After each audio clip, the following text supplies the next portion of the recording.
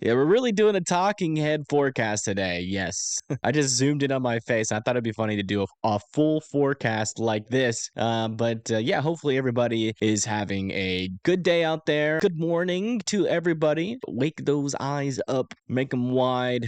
I am having trouble doing it as well. But yeah, let's go ahead and get into it. The forecast for you guys. As you can see out here, we got a low pressure that is going to be moving off to the east. This is that snowstorm that's going to be bringing snow to the Ohio Valley and then up into the northeast. I mean, we've talked about this a billion times at this point. Not a whole lot has changed. I'm gonna be completely honest. Not a, it's everything still is kind of the same on this storm. And we have this other system that's going to come through that we're going to be talking about in this forecast. It's going to be moving up through the Ohio Valley and dropping some snow, bringing significant severe weather and very strong winds to the East Coast. So let's just go ahead and hop right into it. Here's about where the storm is now. As you can see, it's causing some snow over there in Indiana and Illinois, and then that's going to continue up there in northern Illinois and then into Wisconsin. And then we have this other area of snow starting to form on the northern part of this low pressure system as it moves into Ohio and Pennsylvania and also up into New York as we get into Sunday morning, yada, yada, yada, yada. We've talked about this a billion times. You know, as we get into the early morning hours of Sunday, you start to see some of that snow maximized over here in New York, Vermont, New Hampshire, Massachusetts, Rhode Island, and Connecticut. So yeah, and then after that, things start to diminish a little bit, but look how long that snow stays on the backside. Really starts to clear out to where it's probably going to be unnoticeable as we get into Sunday at 3 p.m. and then clears out late night Sunday going into Monday. So yeah, looking up to the northeast, going into New York and then into Vermont, New Hampshire, and to Maine. And as you can see, southern Maine's going to be getting that snow really starting around Monday night, going into Sunday morning, and then getting into Sunday at around 12 p.m. here. We can see that there's some heavier snow, and then that starts to clear out by the time we get into Sunday night, into Sunday morning. We'll look over here in Ohio Valley first. We have this little strip. This is going to be already on the ground at this point. For the rest of the Ohio Valley, we're talking about 1 to 1.5 inches, and then maybe some isolated spots of 2 inches. The Euro has kind of backed down from more bullish scenarios going into Indiana, going into Ohio. Still looking at a dusting to an inch, maybe some isolated spots of 2 inches. Wouldn't rule that out. The national blend of models, of course, is still hating on pretty much everybody in the Ohio Valley with not a lot of snowfall there. Looking at the northeast, you can see that we still have a significant snowstorm on our hands, and it's coming. It's coming very soon, as you just saw on the timing. It's going to be in your area soon. Big snowstorm coming near you very soon. Rated, hopefully PG, but could be a little bit of PG-13 with this snowstorm. But yeah, widespread area being shown here of 10 inches of snow, really extending from Northern Virginia all the way into New York, going into Vermont and New Hampshire, down into Connecticut, and also into Rhode Island there, and Massachusetts, with some isolated spots getting up to a foot of snow. So that's the NAMS solution. Let's go over to the Euro, a little bit less bullish. Same area though, pretty much, for the snow there, but a lot less. A widespread area of around 7 to 8, getting up into 11 inches there. And the national blend of models is agreeing more, I would say, with the NAM, which I just accidentally deleted, but is agreeing more with the NAM over here with Massachusetts, and then agreeing more with the Euro over here in Pennsylvania and New York. Moving on to the next one, we do have another storm that we're going to be looking at here.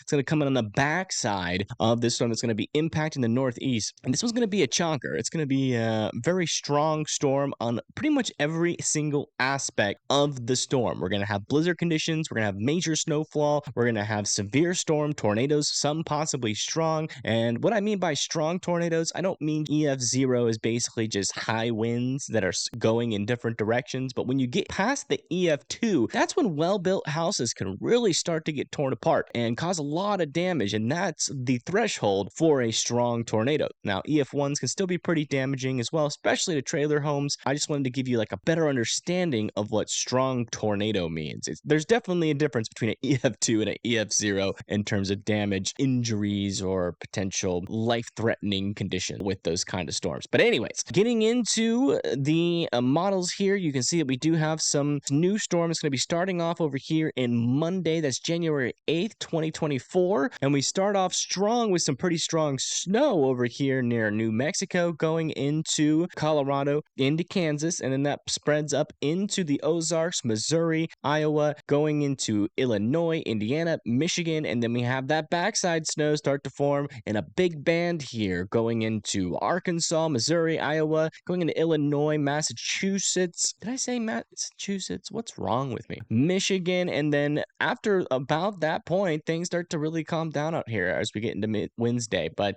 pulling this back just a little bit, the main day for this storm for a lot of people is going to be on Tuesday, starting in the morning, going into the evening hours, and then that moves off to the north and really doesn't cause much of anything after that. Looking at the estimated snow totals up here in the Great Lakes region, you can see over here by Missouri, going into Illinois and to Michigan. That's that hot spot. Also into Illinois, into Indiana and Ohio as well, Western Ohio, as depicted on this model. This is just one model run. As you're about to see, there's a big difference in between some of these models. Looking at the national blend of models, which is just an average of every single model blended into one, and as you can see, not as much. I mean, look at the differences here. A little bit further up to the north, not as much snowfall, but I will say the national blend of models has significantly underperformed for this storm that's happening right now, and I don't have a lot of confidence in it. It's a very conservative model, so we'll have to see, but potentially up to a foot and a half of snow going into Missouri, going into Illinois. So again, I want to preface this with the big grain of salt here, talking about snowfall totals that will change. I know I keep saying that every day, and then we keep looking at the models and they look kind of the same, but I promise you there will be some slight changes in terms of the track. Where does this actually track through? And so I just want to say that. But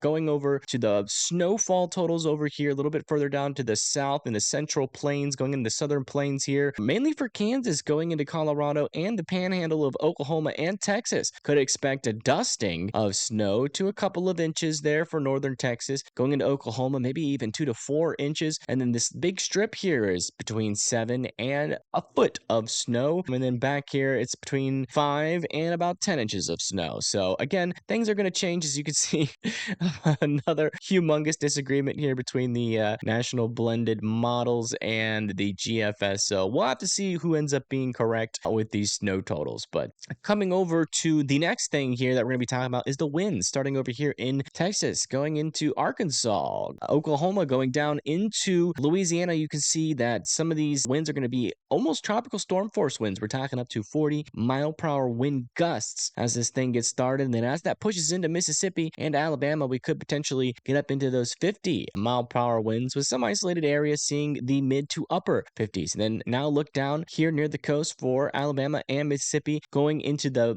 I guess you could call it the panhandle of Florida, or the Big Bend of Florida, down there near Destin, Panama City. You see that we're starting to see winds potentially reach up to 60-mile-per-hour wind gusts. And then over there by Lake Erie, down here near the mountains of West Virginia, going into Pennsylvania, we could potentially be having blizzard conditions right here as that moves up. And really, blizzard conditions are possible all the way through, as the wind gusts could fluctuate even in real time as this storm is happening. But along the coast here, this is where we could see a decent amount of power outages, potentially 50 to 60-mile-per-hour winds, going into those 70-mile-per-hour winds gusting there near Delaware, going into Maryland, down into North Carolina. And then as this moves up to the north, we could be seeing 60-mile-per-hour winds really spreading all the way from Long Island up into Vermont and New Hampshire. Now, I'm expecting this to shift around a lot as we get closer to this event. With that last windstorm that we had, that kind of scraped up the entire East Coast, but then that's going to move off to the north. And I mean, look at Maine. I mean, we've had this before. Last time this happened to Maine, this exact scenario, we had 300,000 people without power. So keep that in mind. It could be a very similar thing there. Now, next, but certainly not least here, we do have severe weather to talk about. We have slight risk down here. This is going to be day 3, probably by the time most people see this, so it won't be day 4 anymore, and we'll have an actual categorical outlook. There still won't be a tornado or a hail or wind outlook with it. It'll just be kind of preface to everything. But I just wanted to show you guys down here really quick. The SPC is already calling for a few strong tornadoes, so keep that in mind. Got a little slight risk down here for Houston, Texas, going into Louisiana, southern Mississippi, southern Alabama, going into northwestern Florida. A lot of people live in this area. You guys are going to definitely need to be weather aware as this happens, as we could get some strong tornadoes and some very strong storms, severe storms with that as well. Coming over to Florida, Georgia, Alabama, South Carolina, and North Carolina, we also have another slight risk. Now, this could be a little bit more of a dynamic dynamic day out here. The instability could be there. You got stronger upper level and mid level and lower level winds, which gives that spin in the atmosphere. And then when the atmosphere spins, guess what happens? So do the tornadoes if you have enough instability. This is going to be Monday into Tuesday and into Wednesday here with some stronger storms on the southern side of the storm. So not only do we have snow, not only do we have gustier winds, we also have tornadoes and severe weather to worry about. I mean, this is going to be a very dynamic storm that's going to impact probably millions, if not tens of millions of people. All right, now we're going to look at the severe weather across the country. And as you can see, we had this low pressure system centered over here near Oklahoma and Texas. And then we're going to have that moisture advect up to the north. The problem is